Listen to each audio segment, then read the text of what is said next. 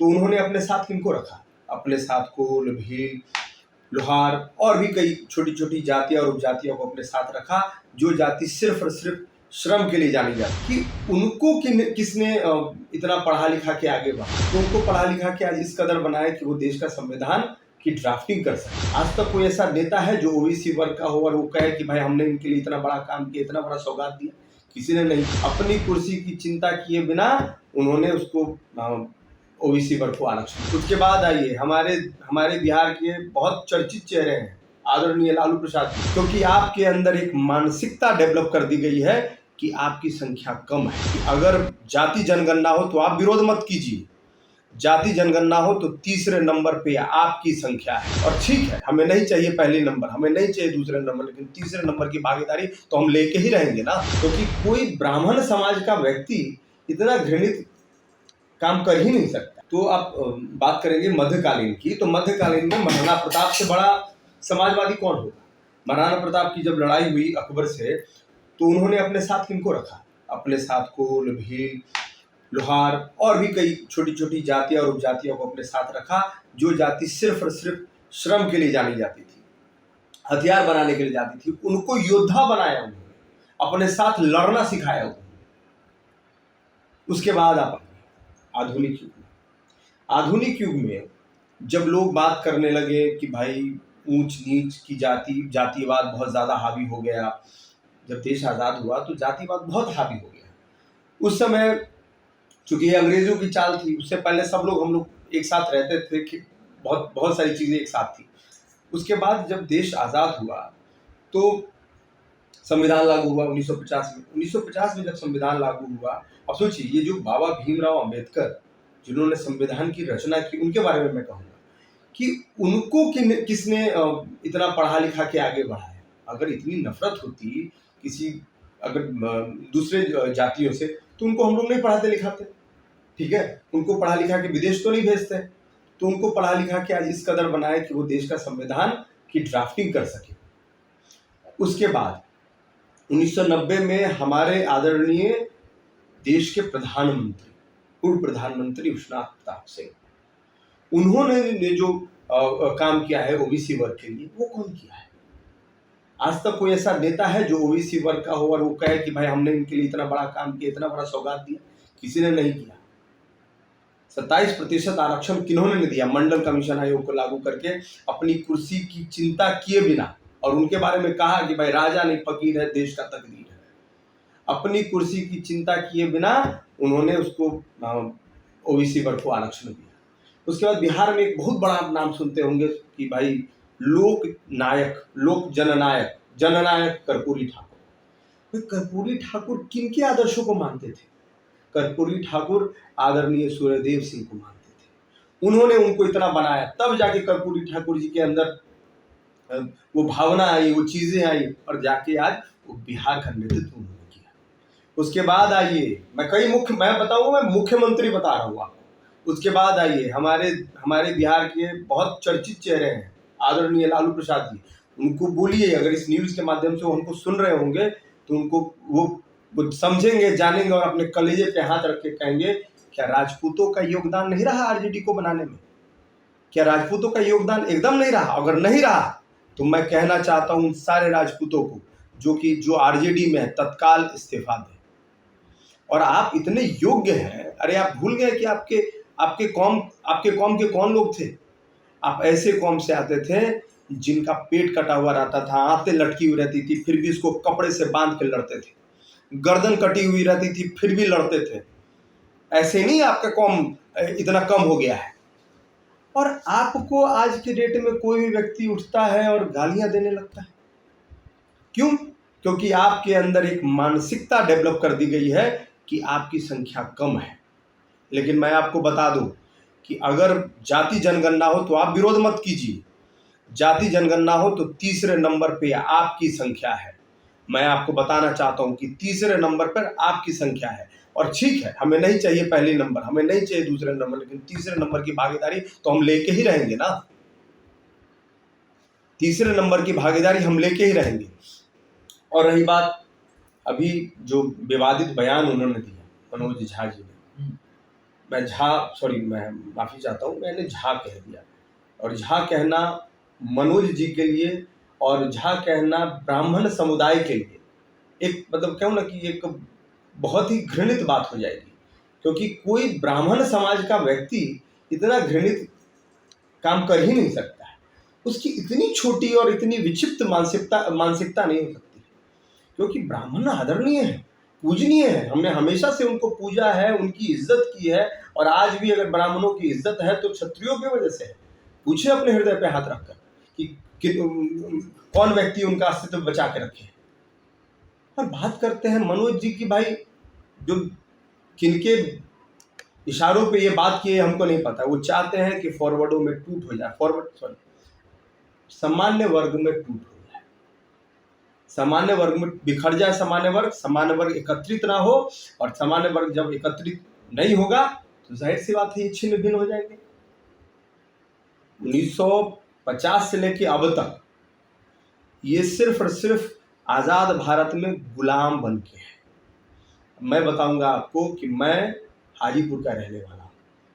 महिला bill pass हुई थी, महिला बिल पे उन्होंने बात शुरू की थी कि भाई महिला बिल में 33% आरक्षण मिल गया उनको, तो ये गलत हो जाएगा, एससी वर्ग के लोगों को तकलीफ हो जाएगी, ओबीसी वर्ग के लोगों को तकलीफ हो जाएगी, ऐसा नहीं होना चाहिए, उसमें भी उनकी भागीदारी होनी चाहिए। मैं कहता हूं कि अगर 33% महिलाओं को आरक्षण मिला, वो भी चक्रीय पद्धति पे शायद आरक्षण मिला उनको 15 वर्षों के लिए, तो उनको तो बात ये करनी चाहिए थी कि जिस प्रकार पंचायती राज में चक्रीय पद्धति पे आरक्षण लागू है, सेम चीज आप लोकसभा और विधानसभा में भी लागू कर दीजिए। आखिर जो बिहार के 6 लोकसभा सीट हैं, क्या वहां पे स्वर्ण जाति और ओबीसी जाति के लोगों का राजनीतिक हत्या हो रहा है कि नहीं हो रहा है? वो सिर्फ और सिर्फ वोट देने के लिए बने हैं, वोट लेने के लिए नहीं बने हो। तो जिस संविधान को हाथ में रख के वो बात करते हैं कि इनकी अधिकार छीनी जा रही है, संविधान में से वो समरसता की वोकैबुलरी खत्म हो गई है, ऐसी कुछ बात कर रहे थे। तो मैं कहता हूं कि संविधान सिर्फ और सिर्फ माइनॉरिटीज के लिए है, मेजोरिटी के लिए कुछ नहीं है। संविधान अगर सामाजिक समरसता की बात करता है तो संविधान में ये बात भी होनी चाहिए, ये विधान भी होना चाहिए कि एक देश, एक कानून और एक चुनाव की पद्धति। लेकिन जय सिंह राठौर जी, आनंद मोहन जी से कल हमने बात की इस मुद्दे को लेकर, उन्होंने न ब्राह्मणों पर एक शब्द बोला, न कोई राजनीतिक कारण बताया। उन्होंने सीधे मनोज झा पर ही अटैक किया और कहा कि ये पहली बार नहीं है जब ठाकुर को उद्धृत किया गया है। उन्होंने कहा कि 2020 का विधानसभा का चुनाव था और जो शाहाबाद का रीजन था, उस रीजन में तेजस्वी को जो भाषण लिख कर इन्होंने दिया, उसमें एक कोट कर दिया कि जो बाबू साहब का सीना है, और इसका परिणाम हुआ कि कहीं ना कहीं लवली आलम चुनाव हार गई, रणधीर सिंह चुनाव हार गए छपरा में, और बहुत बड़ा घाटा हुआ। तो उन्होंने कहा कि हम जिसके लिए लड़ रहे हैं, जिस सांप्रदायिकता के खिलाफ लड़ रहे हैं, जिस हम मानसिकता के खिलाफ लड़ रहे हैं, आप जब हमारे ऊपर कोई भी उनका कहना है कि कहाँ लिखा हुआ है बताइए कि अंदर के ठाकुर को मारो। अंदर में मतलब ठाकुर कब से विलेन हो गए, हमको ये बताइए। और ठाकुर तो किस ठाकुर को मारने की बात कर रहे हैं? ठाकुर तो बिहार में कई तरह के ठाकुर हैं। बिहार में अनुराग ठाकुर भी एक नाम है। बिहार एक और राजनीति के क्षेत्र में तो सबसे चर्चित नाम है कर्पूरी ठाकुर। तो अब हमको ये बताइए कि कौन ठाकुर को मारना है?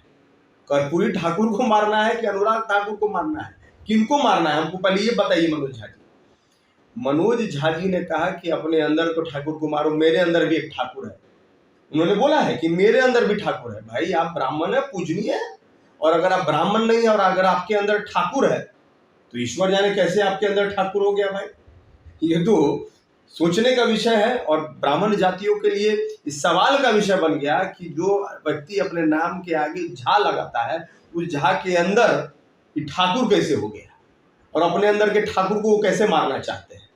मुझे ये समझ में नहीं आता। जिस ठाकुर ने हमेशा से आज तक सिर्फ और सिर्फ देने का काम किया, अपने रियासतें दे दी, अपना गर्दन दे दिया, अपना परिवार दे दिया, अपनी जमीनें दे दी, अपना सर्वस्व दे दिया, हर एक चीज दे दी, अब वो कहते हैं कि उस ठाकुर को मार दो, उसको खत्म कर दो।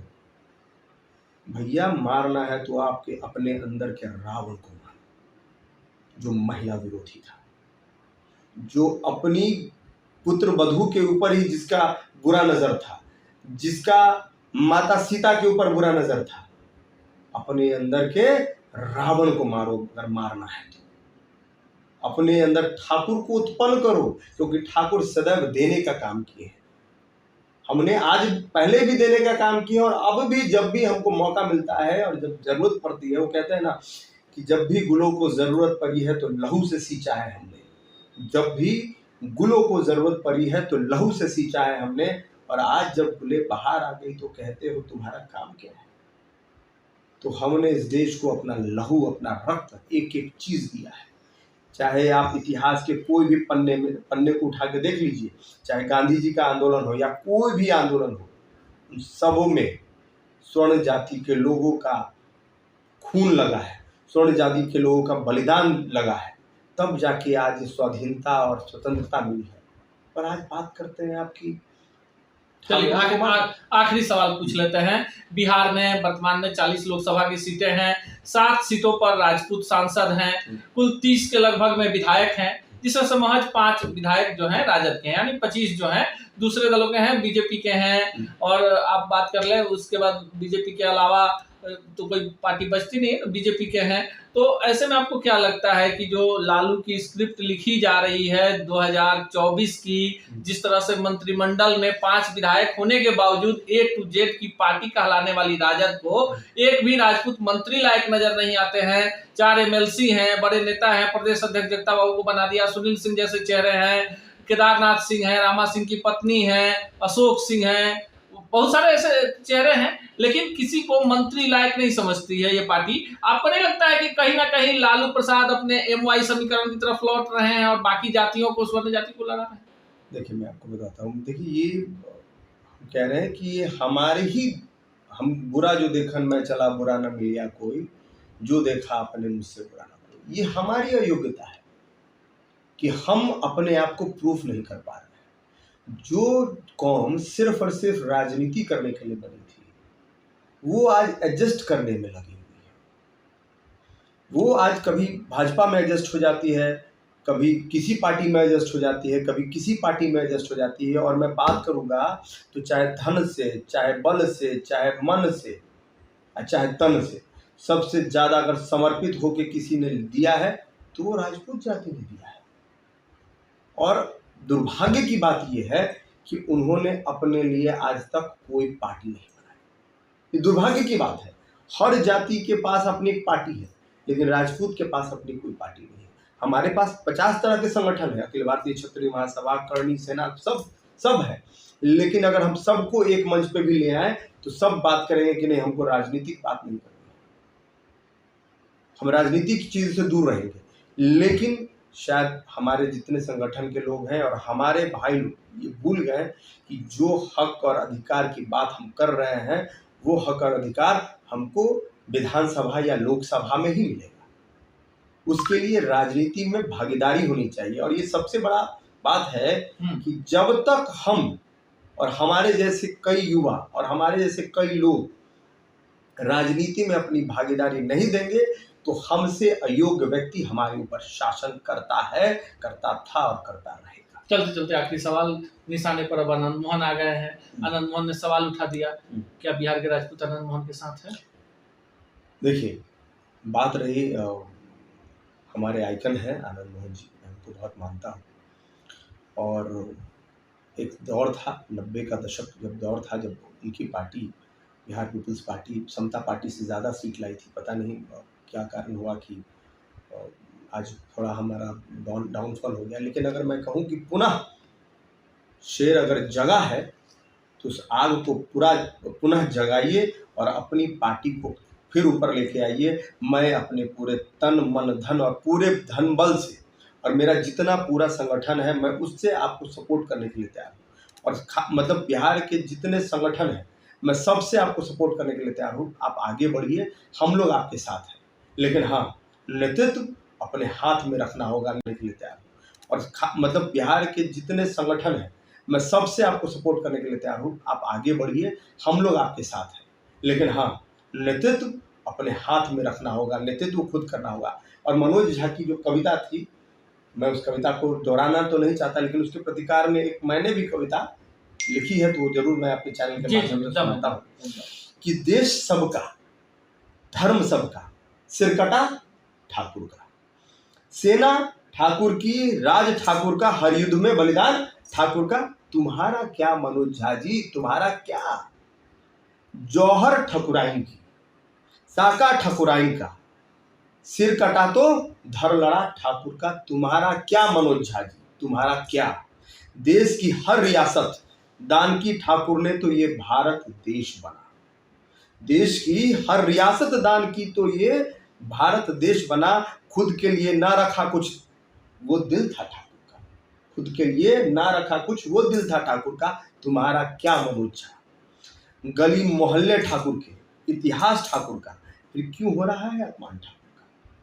शिक्षा सबकी, रोजगार सबका, फिर क्यों हो रहा है बहिष्कार ठाकुर का? जमीन ठाकुर की, देश ठाकुर का, खेत खलिहान ठाकुर का, शहर गांव ठाकुर का, युद्ध में कटे हुए सर ठाकुर का, फिर क्यों नहीं मानता यह देश एहसान ठाकुर का? जय भवानी, जय राजपूताना।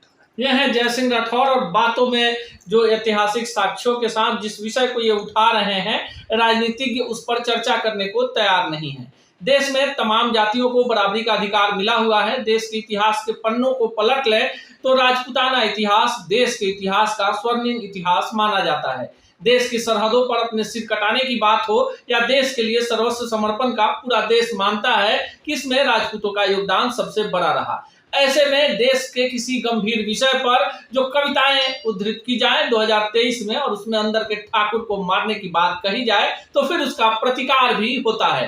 राजद के लालटेन की लौ से निकली ये चिंगारी अब सामाजिक जीवन में भी चर्चा का विषय बन गई है। और हम बात कर रहे थे जय सिंह राठौर से, और इनका साफ मानना है कि मनोज झा हो या कोई हो, उनको ठाकुरों पर कोई टिप्पणी करने से पहले 100 बार जरूर सोचना चाहिए। ऐसे ही तल्ख सवालों के साथ समसामयिक विषय के साथ आएंगे और किसी अन्य शख्सियत से मिलवाएंगे। तब तक के लिए दीजिए विदा, नमस्कार। ऐसे ही खबरों के लिए जुड़े रहे बिहार टॉक से। यूट्यूब पर लाइक और सब्सक्राइब करें, बेल आइकन जरूर दबाएं। फेसबुक, ट्विटर और इंस्टा पर फॉलो करें। धन्यवाद।